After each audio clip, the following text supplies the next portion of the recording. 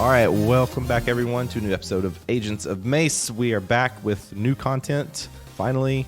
It feels like it's forever now that they're slowing things down, but we are going to be diving into Guardians of the Galaxy Volume 3, the potentially last movies. We don't really know. At least we know it's just the last from James Gunn. So he is back writing and directing this for, I guess, you could call it his trilogy, even though we may have some future specials sprinkled throughout the year. But yeah, this was definitely an anticipated movie of the year. So I guess we can go ahead and get in with our, I guess, what was the initial thought or reaction you had leaving the theater from this one? Well, my initial thoughts were sadness and being very upset at James Gunn. And not to say that is related to the quality of the film. This is a very, very high quality movie that I thoroughly enjoyed. However, it also made me sadder than any movie I have seen in recent memory. Yeah, it's a pretty spot on statement. This one is big on the emotions. Yeah, overall, like, I left the theater definitely being satisfied. I'm very happy with how things were concluded. Oh, for sure. I was hoping for a little bit more from this movie. Not to say it's a bad movie. I think this one is really good, but there were some things that, I just kind of wanted more from, or there were some unexpected things, and we'll get into those in a second.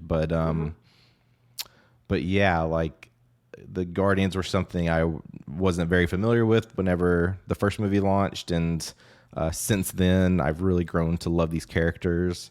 And so, yeah, it's going to be weird to see how it's going to play out in any future project. But yeah, overall, very satisfied with how James Gunn kind of concluded with these characters. But yeah, there's some things I'm very mixed on from the movie that we'll get into.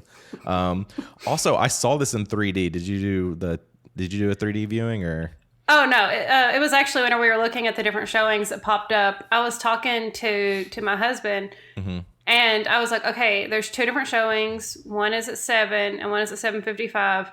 But the 7:55 is in 3D." And he goes, "Ugh!" And I was like, "Ugh, Yeah. That's right. Ugh, I do not want to Yeah. watch a 3D movie. I would have if he had wanted to, but since he Yeah. joins me in my contempt for 3D, we did Right. not. We watched it as movies are supposed to be seen, which is flat." Yeah. There was a small window where I was like all into the whole 3D viewings and kind of excited by them, and then that kind of wore off very quickly. But yeah, I was kind of in a position where, like, I really wanted to see it, and it was tough. I didn't know if I could wait another day, and I was trying to figure out my schedule. And the earliest showing I could get to was like on an XD screen, but it was like a 3D. So I was like, yeah, I guess I'll try this out. And it was fine. For having a 3D option, I thought it was okay. Perfectly serviceable. Yeah. I think there was like 20 of us in the theater for the 3D viewing, but yeah. So I guess we'll kind of go through this.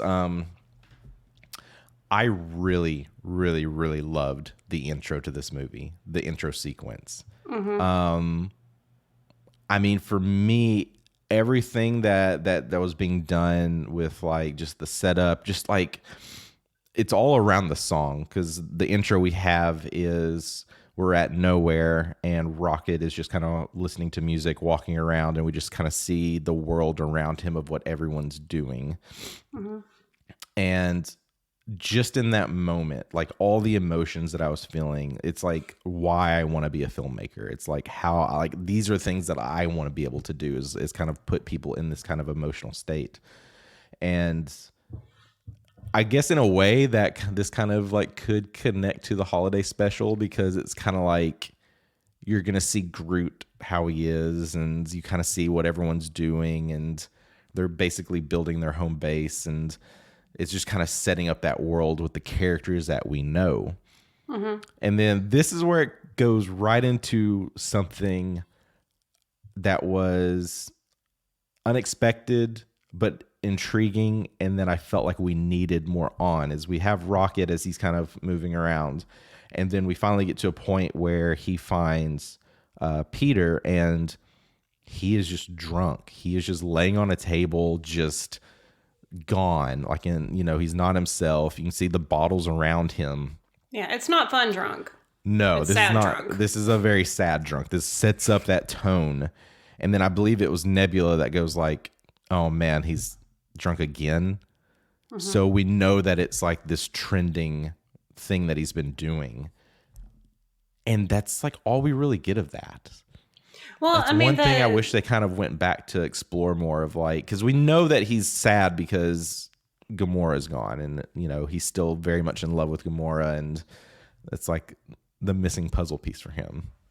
Yeah, and they did touch on Peter being depressed like this back in the holiday special too.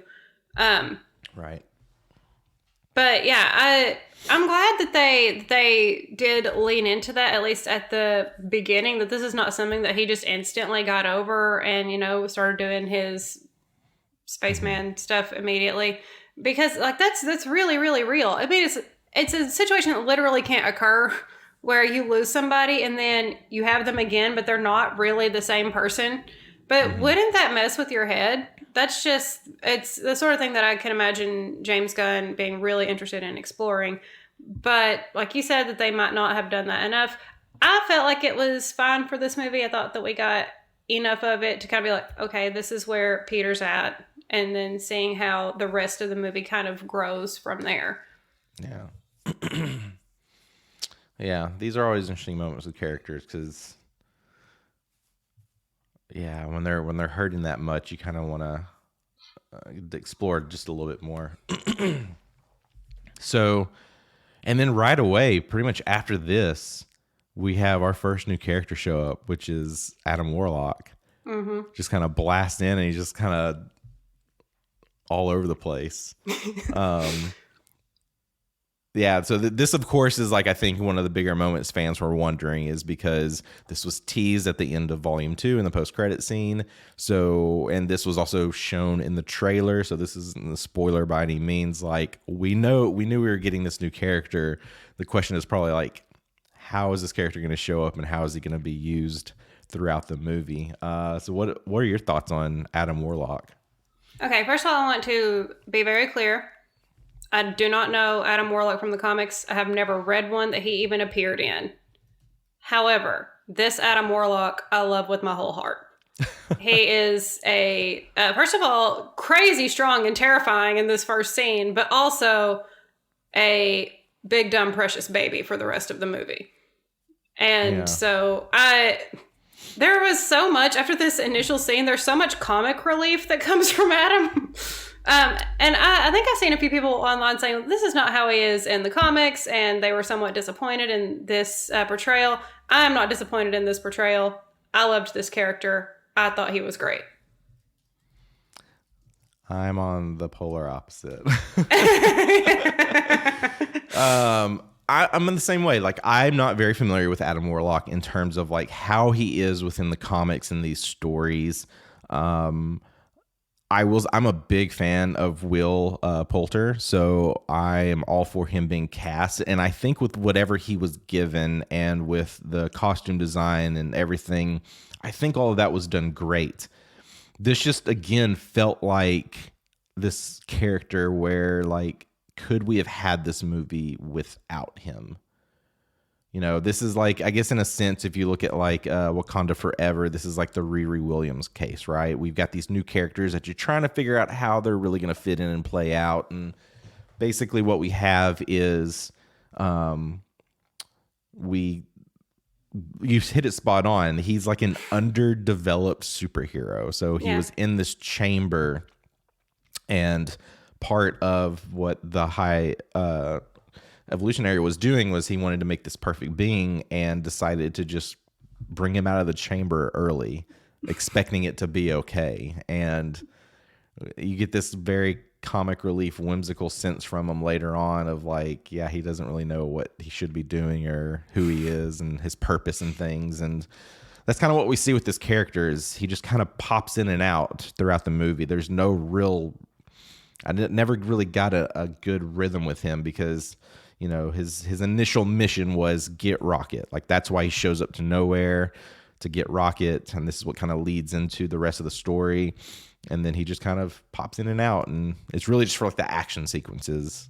And those are all fun.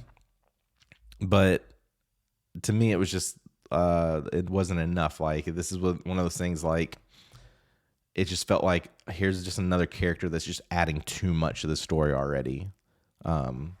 Because we get a lot more characters. This is a movie that is overloaded with new characters. So you got to figure out the screen time for all of these. But yeah, so and this is another kind of interesting thing is like, it seems like it's like Rocket's been kind of, I guess, hiding or running away from the High Evolutionary. So it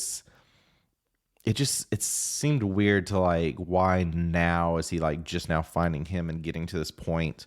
Like, this is a character I wish could have been sprinkled in more throughout the rest of the films, the Guardian films, because he's very Thanos-like. He's very cruel. He's very evil, very smart. He seems like he could have been a much bigger deal than what we got here. But this is kind of the setup that we get is Rocket gets damaged, and we already kind of know like he's kind of like robotic in a way. And essentially what happens is something inside of him is triggered to where he's going to die. And basically that's kind of the story that we get to is now the Guardians have to save Rocket. So they got to figure out like, how do we get these missing things that we need that's going to basically allow us to remove this bomb inside of him, or this trigger that's going to kill him. Mm-hmm. Yeah, and the whole time we keep getting flashbacks to Rocket's past as he was essentially an experiment. And this is where the bulk, not the entirety, but the bulk of the intense sadness that this movie made me experience came from. Because it is really, really horrific. I even saw, I think this week PETA released a statement saying that this is one of the most like pro-animal rights movies that they had seen in a long time. Right. And it truly is. I had to run home to my puppies after this movie was over because I was feeling very, very bad for the animals in the movie. Yeah. And we get to meet some of the other experiments besides Rocket. His friends, Lila, Teeps, and Floor, who are... As soon as I saw them, I was like, oh gosh, heck, this movie's so hard. Yeah. Because I knew nothing good could happen to these, and I immediately loved them. Mm-hmm. Oh, yeah. Gosh. I feel like these are going to be like the big Christmas toys. I mean, maybe. I don't know. Floor with her little spider robot legs. I mean, because in a way, it's almost like Toy Story-esque, right? It is. It's super Toy Story-esque. But yeah, if you're just generally someone who has pets or loves animals, like this could be triggering because this guy's very cruel when it comes to essentially everything, but specifically animals. Mm-hmm. So this is kind of when we learn about the High Evolutionary and kind of who he is in a way. And like I said earlier, he's very Thanos-like. Like they're both trying to bring some sort of balance. And in this way, High Evolutionary just believes that he doesn't like the world as it is. He doesn't like the people as they are. He wants to basically create his own world, create his own beings that are, in his mind, absolutely perfect. Yeah. And some of the cultures that he's created, or some of the peoples, basically consider him God. Mm-hmm. They say that in the movie. Mm-hmm. And this is like where it's a lot of the issues. I think there's the one particular thing that I disliked the most. It was the villain that we received. For me, I wasn't too impressed with him for I guess a lot of it. I thought he was a bit too whiny. He's very dependent on his creations, and he's expecting them to do everything, and he just kind of wants to float around and basically boss them around. And if things don't go his way, I just don't like how he approached things. I kind of left this movie kind of comparing him to like Robotnik from Sonic, because like they're the same way. I mean, they create things because they want things to be perfect and they feel like they can do that. But like Robotnik was just one, like if something didn't go how he wanted it to, then he would step in. And I just didn't really see that from the High Evolutionary of stepping in and being like a real big threat. Maybe so. I felt like he was a successful villain strictly because of how much I hated him. Like, just an utterly despicable human being. Or not human being, but, whatever it is. Right. I mean, he definitely nails that. Like, the acting for all of that, like, he did such a phenomenal job. Everyone should instantly hate this guy. For sure. This is one of those cases where we had so much going on. It's just like the moments that we had with him, I wasn't overly impressed with. And this is one of those cases, like maybe on another watch, I could change my opinion on it. But yeah, he just has this such tight connection with Rocket because Rocket is very different than anything else that he's created. And we get this moment where the High Evolutionary is trying to like create these other beings, but it's not really going right. And I think it was rage. It's like he would take animals and turn them into like these human-like creatures, but there would constantly just be rage. Like they would just be so angry and just violent. And Rocket was able to kind of take a look at the machines he was using and he was just like, oh, you need to do X, Y, and Z. And then he does it and it works. And then he's just basically at this point, he's just frustrated and stumped because he was like, how did you know this? Like, I didn't know this. And I'm supposed to be like the smartest person in the universe. And this is the point where it just gets like crazy and tense and sad. And he just wants to do more experiments on Rocket. And he's like, nope, I'm out of here. I got to get out of here. Yeah. I mean, technically he wants Rocket's brain. And does not care if Rocket is attached to it anymore. Yeah. He just wants to, yep, exactly. He's like, I need his brain. I need to figure out like what it is that he has that nothing else that I've created has, and then mass reproduce it. Yeah. But he does, and this is just, movieing, but he tells him he's going to do the procedure in the morning instead of right then. So gives Rocket time to go back to his cage and, cause a scene, basically. Right. So a little bit of a suspension of disbelief, because why would he put that off? If he's got Rocket right there, why would he not just do the procedure? Yeah.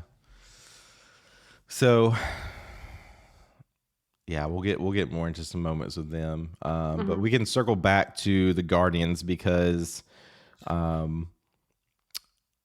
we're basically at a point where they need to get it's almost like a file. Basically there's like a missing file when they're trying to basically connect to the technology in Rocket, because they need something in order to access what they need to like de-trigger this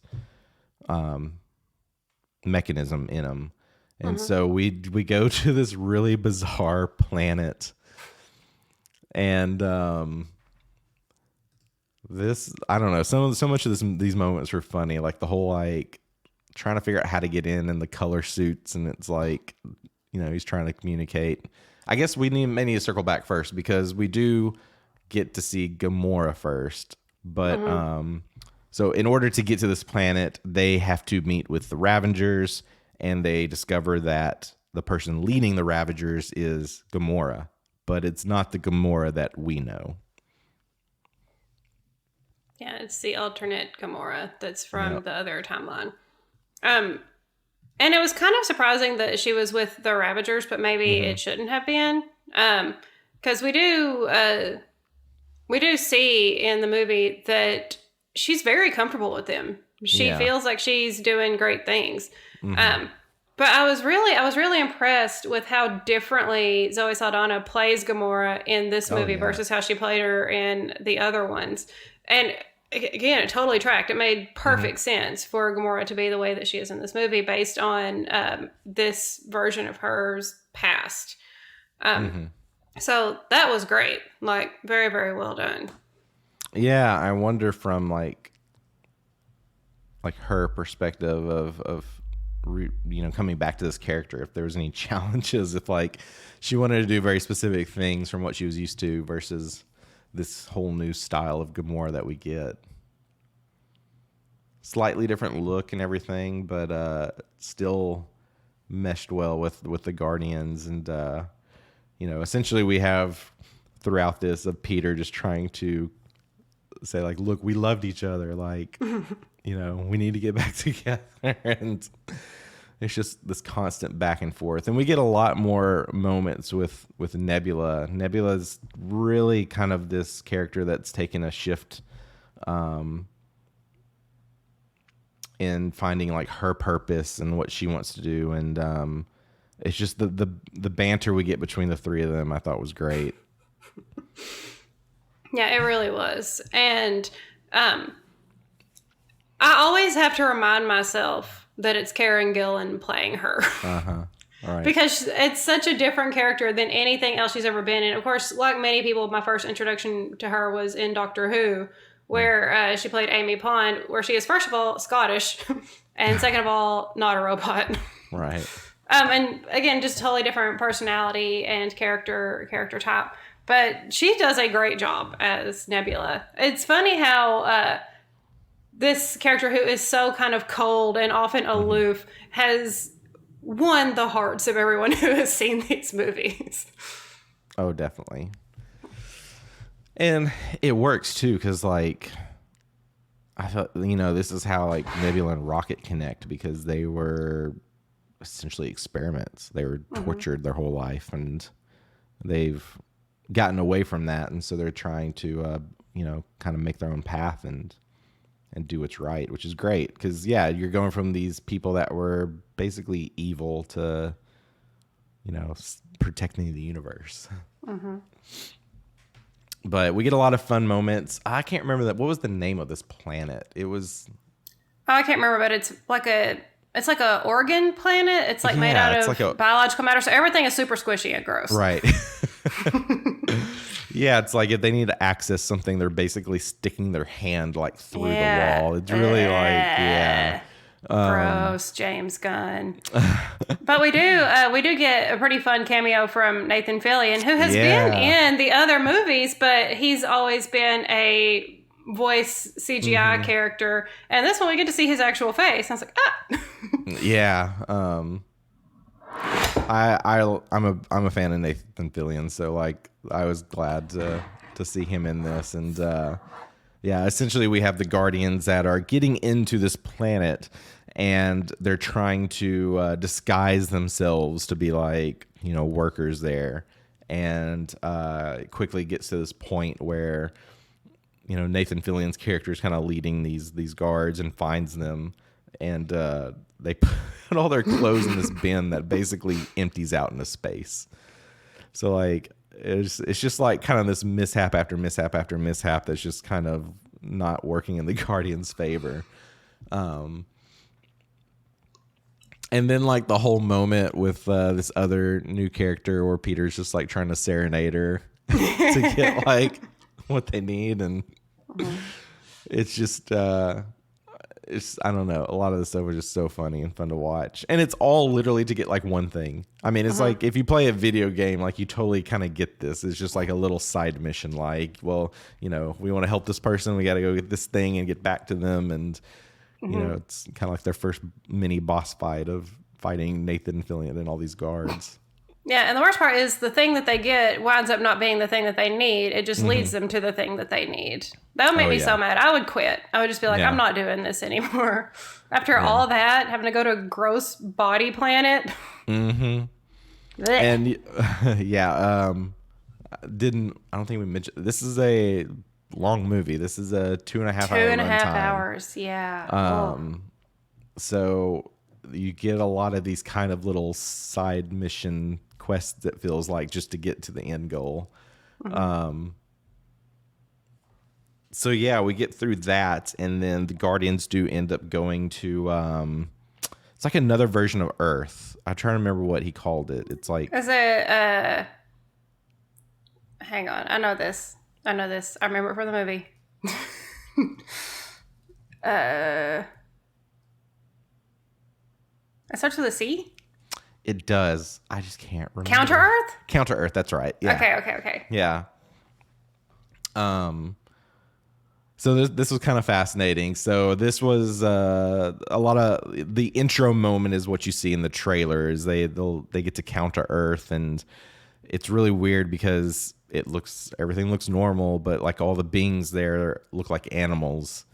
Yeah, they're animals. Yeah, and essentially we have this communication issue, but they figure out like where the Guardians are wanting to go, which is like the central, like this kind of mountain area, and that's where the High Evolutionary is. And we get like another first, and curious to your thoughts on this moment, because I kind of knew it going in, but I thought it still played off very well. But we do get an F-bomb actually dropped in this movie. So like the Guardians get here and they're having this weird issue with these people, but they end up getting into a house and they're trying to like tell them like, hey, this is what we're trying to do. We need to find this thing. We need to find this person. Like, where do we go? And then we discover like they actually like have cars. Like, I mean, this is very much like Earth. It's not like you almost expect this to be like very, very futuristic, but it's like they have a standard junker car. Yeah, this was the suburbs outside Atlanta. Yeah. Oh, yeah. So they're getting like, they're kind of like splitting up at this point on, you need to stay with the ship. We're going to go get this. You need to do this. And then we get this moment where like Peter's in the car ready to go. Nebula just can't open the door and he's trying to explain it to her. And then it's like she finally figures it out. And then it's just like this pause and it's like, well, what do I do now? And he just looks at it. He's just like, open the effing door. Yeah, our theater had shrieks when he said that. Yeah. And I did have to look it up because I was like, was that the first F-bomb in the MCU proper? And as far as I could tell, it was. Because there have been some in some of the satellite Marvel movies, like the X-Men ones and Venom, I think. But nope, this is the only one that got that one-off PG-13 F-bomb. Yeah. This is like a hard PG-13 movie. It is, gosh. I mean, this like... My kids are all into superheroes, but my kids are still super young, and this is one I just don't think I could let them watch anytime soon. Yeah, no, Nightmare City, absolutely. It's something else, and I've seen a lot of other creators that have preteen, like the 10 to 12 age, and they're still very like, I don't know if I can let them watch this. Yeah, I mean, there were a ton of even like really gory shots, not just gross or PG-13 violent, like literally gory. Mm-hmm. One of which being, and this scene happened around this time in the movie, where they're questioning someone, the High Priestess and Adam Warlock are questioning someone, and she asks him to like make the guy listen, and Adam Warlock just absolutely incinerates him. Mm-hmm. Which, okay, this is one of the scenes that made me really sad because the guy had his little pet thing with him, and the pet thing was so sad. And I was like, oh my God, why would this movie do this to this thing? And so for the rest of the movie, perhaps ironically, Adam Warlock is taking care of this little creature. Yeah. And he's like, I want to keep it. Yeah. Which that doesn't make it all the way okay, Adam. It's not cool. You made that creature sad in the first place. So even though I even posted earlier this week on my Twitter, like, do we know what this is called? Do we know what we're calling this thing? And it's yeah. So far, no clear responses. Besides just a cute little boy. Yeah. Maybe we need to tag James Gunn. Maybe he can. And we'll get into some other things here in a second because James Gunn has gone through and clarified some things that were big questions among audiences. Yes. But oh my goodness, yeah, the curse word scene, I loved it. I thought it was well executed. I totally get it because it's just like he's just like so frustrated. So I can relate to that. So we're basically getting to the point where they're getting to where the Guardians will finally meet the High Evolutionary. Adam Warlock's going to show up again. We get one of the coolest fight scenes with like Groot and Peter, because they get to this point and they have to like hand over their weapons, and Peter's just kind of like handing stuff to Groot, and he's like giving him the wink, like, hey, you know what to do. And so he's basically just like hiding them inside of him. And so we're getting some pretty big fight scenes. The Peter and Groot one was pretty awesome. Groot, we haven't really talked much about Groot. So, we're getting a version of Groot that we see in the holiday special where he's like, it's almost like he's a kid again, but he's like really big and bulky, but his head's like almost too small, like for the body. Yeah, he's doing that phase. I'm guessing that the model is maybe like a kid on the football team. Yeah. Where the rest of his body is too big for his head. But we do get some really cool moments, specifically towards like the end of the film, within like the extra credit scenes, where you get to see some alternate variations of Groot, which are pretty fun. It would have been cool to see more of like this. But even in this, like Groot does some things. He's able to like extend his body in ways and change some stuff, which is really fun. But yeah, it's basically this constant battle where like we've got to get this thing so we can go save Rocket, and it's just like this all-out action fight scene. So much stuff's going on. Basically, the planet's kind of like, or like the thing that they're in is like a ship, I guess. And it's just like leaving this planet. Yeah, because the planet's being blown up because he decided he doesn't like his manimals anymore. Right. He's just, this is the way he is. He's just like, if he's dissatisfied or bored with it, he'll just kill everything without thinking about it. Just to go make something again. So just, I don't know. It just shows you this kind of character this guy is. And so, throughout a lot of this, and like you mentioned, we do get these references, these flashbacks with Rocket, and you'll see them kind of handled in a different way, because there are moments where we get them when we're with Rocket, which feel a lot like they're probably memories that he's thinking of as he's like going through what he's going through, versus there's other times they're just kind of thrown in that's more of like this narrative structure just to keep the story going and to explain things. But we definitely get to like some of the sadder moments where Rocket's trying to get his friends out, and they realize what's going on, the guards do, whatever, and it becomes like this shootout where Rocket's the only one that kind of makes it, which is like, oh, it's so heartbreaking, because we get to some other key moments here pretty soon, but essentially what we get, this thing that they're in is now in space.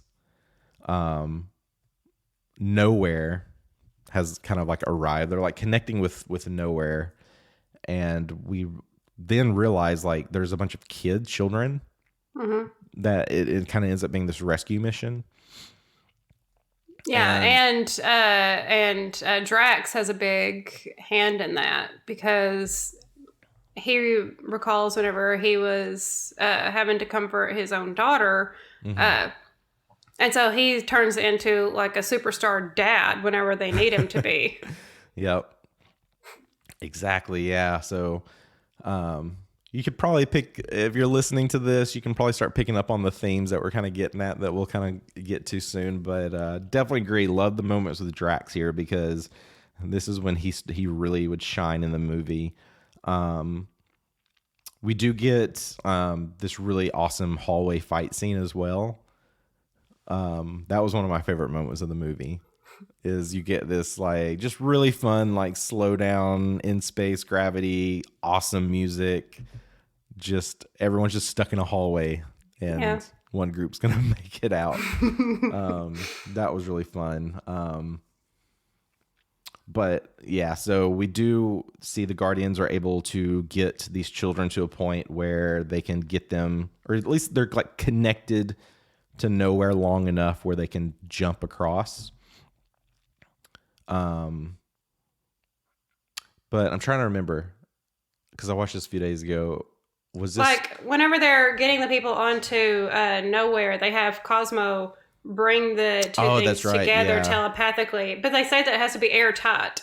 Yeah. Yep. So which is hard for Cosmo, but yeah, we are in space. And we haven't even talked about Cosmo yet. Cosmo has a few big roles in this. We see Cosmo. We see Cosmo like at the very beginning, and then more so in this scene at the end. To use this telekinetic power, just basically like you said, they're airtighting to hold these two together. Since we are in space, and we get this moment eventually where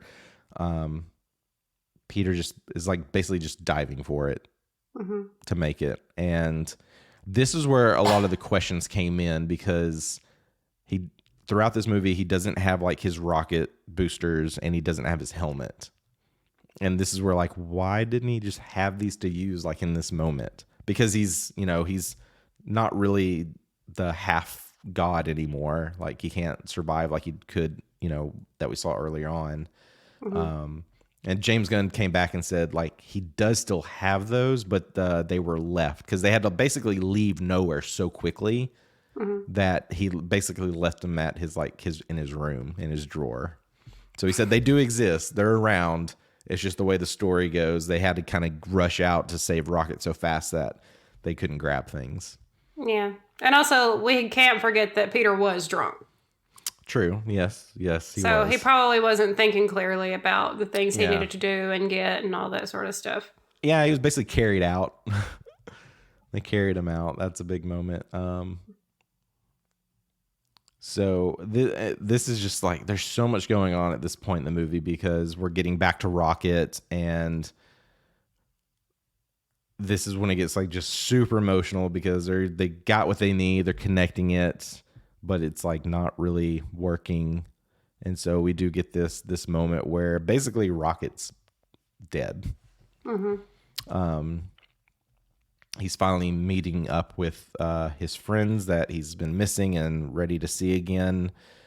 And this whole moment, it reminds me of something else that I've watched, like really to the T, and I just can't remember what it's called. And eventually I'll figure it out and maybe we can do like a social post on it. But it's essentially this moment where like they're very happy to see each other again finally, but they just tell Rocket like it's not your time. Like you're not done. You need to go finish like living this life and we'll see each other again someday. And so it's just like, this is where it's like you're getting pulled, the heartstrings are getting pulled because it's like, you don't know, like, is he going to make it? What's going to happen? Like, how's this going to affect everyone? Yeah. And then, but yeah, we get Rocket back, which is just like, I thought like Pratt's acting through this whole moment was just like so good. You're just like so engrossed in the screen with like how just sad he is, and not. Yeah, I don't care what anybody says. Chris Pratt is a national treasure. Yeah. Yep. Goodness. Yeah. This was like pretty big moment. And so, yeah, we're basically coming around to a point where now we have Rocket finally getting to face the High Evolutionary. And earlier on, we do get some moments with what happens with Rocket and High Evolutionary in terms of like a little fight that they have. But we kind of get to see the results of that where you kind of see this change in the High Evolutionary where he's very human-like looking. And then he eventually looks a little bit more like robotic-like, where his face is kind of like looks like it's stretched over something. And then we finally kind of like see like why that is, like what Rocket actually did to him, which this, like to your point earlier, this gets a little like on the it's gross. The body horror side of things. Super nasty. Yeah. I mean, don't get me wrong, he did deserve it. Yeah, but he did. It was real gross. And Gamora just took it off. She's just like, oh yeah, it was like nothing. No one told her to do that. But she did it. Yeah. And then like We also see this like throughout the kind of sprinkled in where no one seems to know like what kind of animal Rocket is. There, a lot of people call him these different things, but you know, his last big moment is like he says like, my name is Rocket Raccoon. Yeah, he saw the little sign outside of the cage for the baby raccoons that said what it was. I mean, yeah, it makes sense that they don't know what a raccoon is because they're not from Earth, and Right. yeah, the only one who really knows is Peter, and he's frequently called Rocket a raccoon. Yeah. And Rocket gets mad because he says Right. he's not one. Yeah. But everybody else is just kind of like rabbit, badger, hedgehog. Yeah. Very random stuff. And there's a lot of shining moments in this with Peter where like we get these connections to Earth, but he's kind of weary on them because he's like, remember, I was like kidnapped as a child, like he didn't know how to drive a car, and that was like the other thing. He's like no one taught me how to do this. I was not around during that phase. Remember that I was kidnapped when I was a kid. And he has a Zune player. That's one of my favorite jokes they've made in all three movies, is that he gets the Zune player at the end of 2. Oh, yeah. Which Mason is a Zune purist. He still thinks that it's the best media player that was ever released. I want to say my dad had one, but yeah, I never had one. I was like old school Walkman, like CD tapes. Yes. And then eventually, like right out of high school, I was able to get like my first iPod. Children with the portable CD players, if you hit a bump while you were in the school bus, it would skip your CD. Oh, yeah. Super frustrating. So we're finally at the point where we have everyone together. And this is where we get this really, to me, it was like very satisfying conclusion, because we kind of know from the beginning and kind of how the characters are throughout this, that they're basically just tired. Like they're kind of all at different stages where it's like, do we really need to stay together and do this? Like, I kind of want to go figure myself out.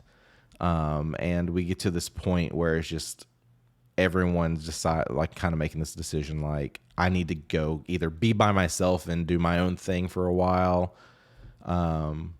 or I want to stay and continue being a guardian.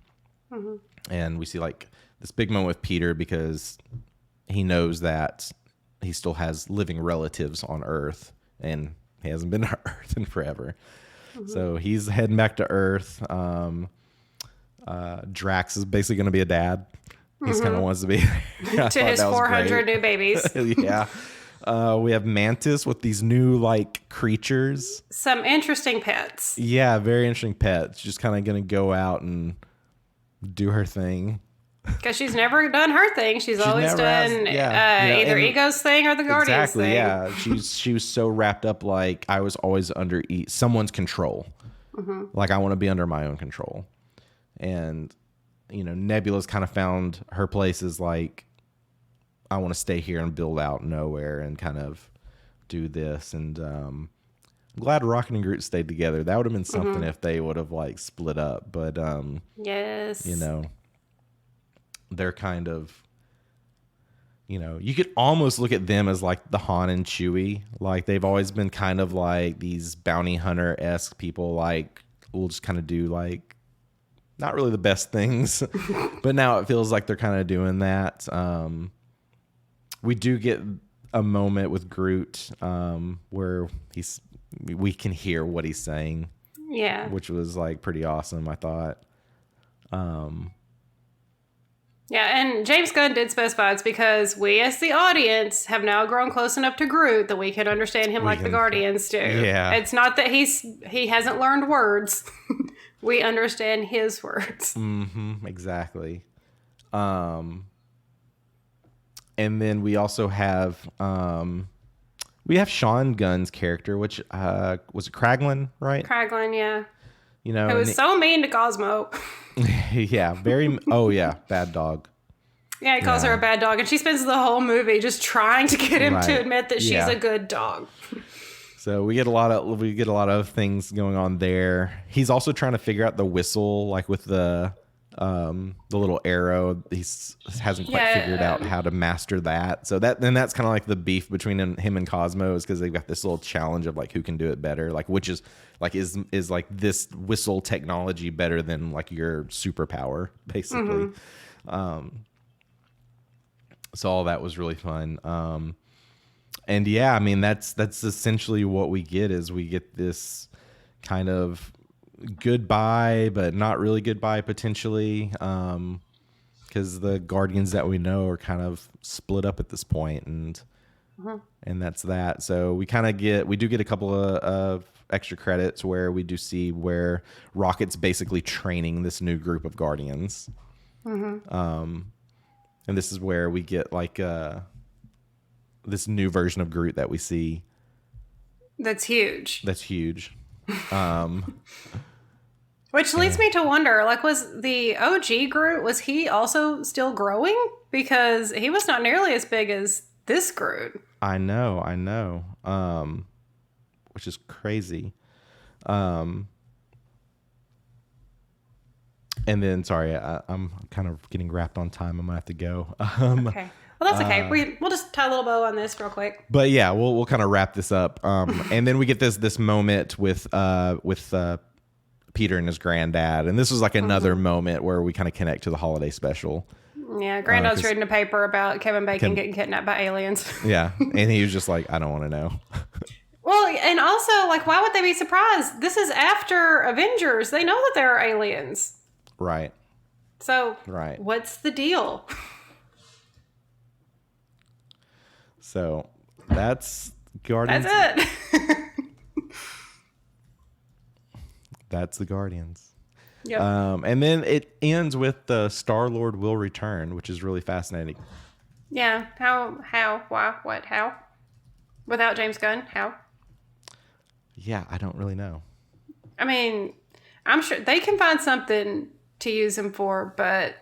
Yeah. And I'm interested to see. I'm not saying that it's going to be terrible or anything. I'm waiting to find out. I feel like in a way we kind of know, and this is kind of this we could probably make a whole nother episode around this, but it's like we know where Marvel's MCU is wanting to take things, which is going to be Secret Wars. So it's kind of expected we'll have so many characters coming back for that. I feel like that's where Star-Lord's going to come back, and that will probably be like the last thing, but it could be through more specials that they do, or who knows? Who knows? I'm curious if like Sean Gunn has done any directing, if he would maybe want to take over and kind of direct a Guardians movie. Maybe so. I don't know. Perhaps. So yeah, and then again, in the end, you also get a couple more moments with Adam Warlock as well. He's basically joined the Guardians. Yeah, basically, yeah. He's still like this little kid that needs to be trained. So yeah, I mean it's a very fun movie. I'm probably just that much of a nitpicky person that there's things that I just didn't vibe with. We can go into that stuff later. I won't deep dive into it because there's some other things that I missed on. But yeah, Guardians of the Galaxy Volume 3. Go see it if you haven't. And if you haven't, why are you listening to this? We just spoiled the whole movie. Yeah. So thank you so much for listening, everyone. Would love to know what was your favorite Guardians movie. Maybe who's your favorite character with all these characters that we have? Who's one that you've connected with the most? Drew will chime in if we have any kind of question for the week. But yeah, I'm so glad we got some new content out. And thanks so much for listening. We'll be back again, continuing on with Jessica Jones, and we'll kind of lead up to Daredevil. And we got the Marvels coming out later this year, so a lot more stuff. Yeah. All right. We'll see you next time. Bye.